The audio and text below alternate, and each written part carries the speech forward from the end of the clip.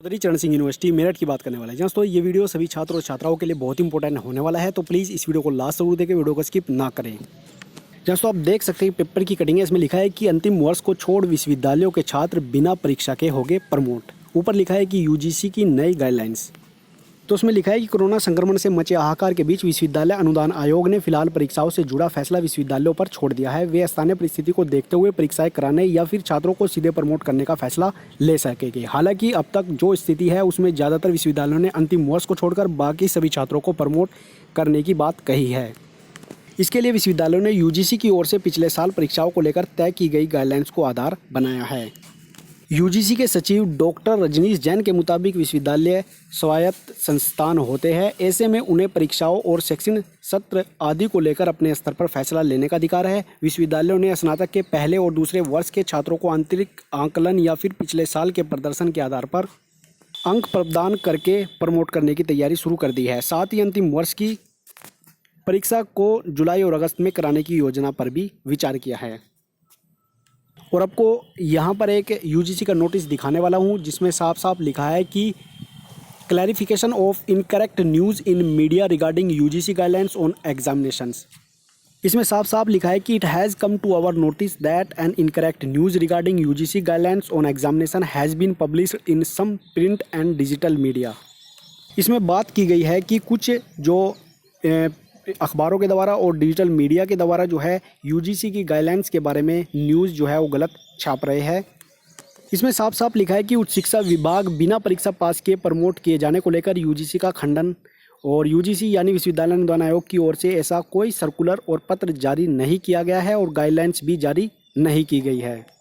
यहाँ पर यूजीसी के जो नोटिस जारी हुआ है उसमें बताया कि कोरोना संक्रमण के बढ़ते मामलों के कारण जहाँ एक और हर रोज़ किसी न किसी परीक्षा के रद्द या स्थगित होने की घोषणाएं हो रही है, वहीं इनके सबके बीच कई शरारती तत्व और बेपरवाह मीडिया संस्थान बिना प्रामाणिकता के खबरों का प्रकाशन और प्रसारण कर देते हैं।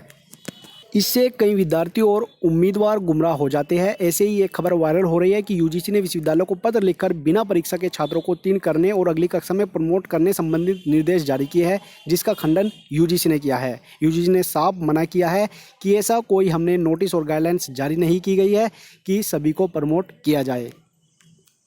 और जो वायरल खबर है उसमें दावा किया जा रहा है कि यूजीसी ने विद्यार्थियों के अगली कक्षा में प्रमोशन की नई गाइडलाइंस जारी कर दी है। इसके अलावा अंतिम वर्ष के विद्यार्थियों को छोड़कर अन्य कक्षाओं के स्टूडेंट्स के प्रमोशन का निर्णय विश्वविद्यालय ही कर सकेंगे।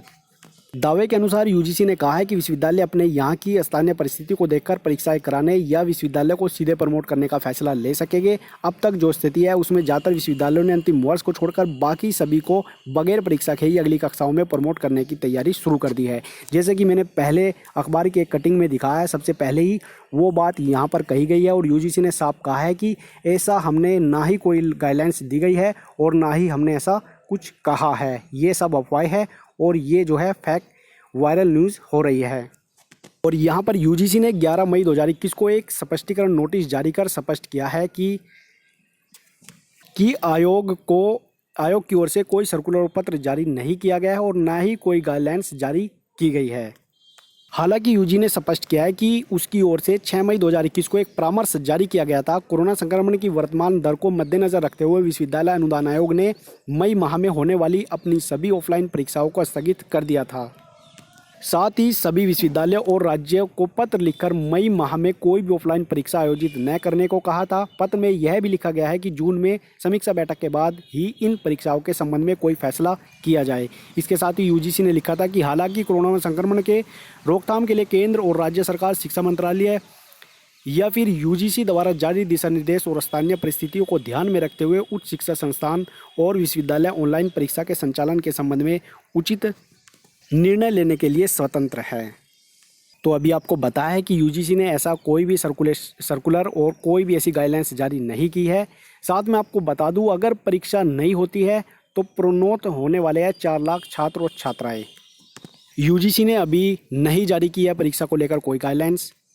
यहाँ पर छात्र छात्राओं का हो रहा है बड़ा नुकसान। पिछली बार प्रथम वर्ष के छात्र छात्राओं को इस आधार पर प्रोन्नत किया गया था कि जो नंबर उसके द्वितीय वर्ष में आएंगे उसी को आधार मानते हुए प्रथम वर्ष के नंबर दे दिए जाए। ऐसे में अगर प्रोन्नति हुई तो इन छात्र छात्राओं को फाइनल के पेपर के आधार पर ही नंबर दिए जा सकेंगे।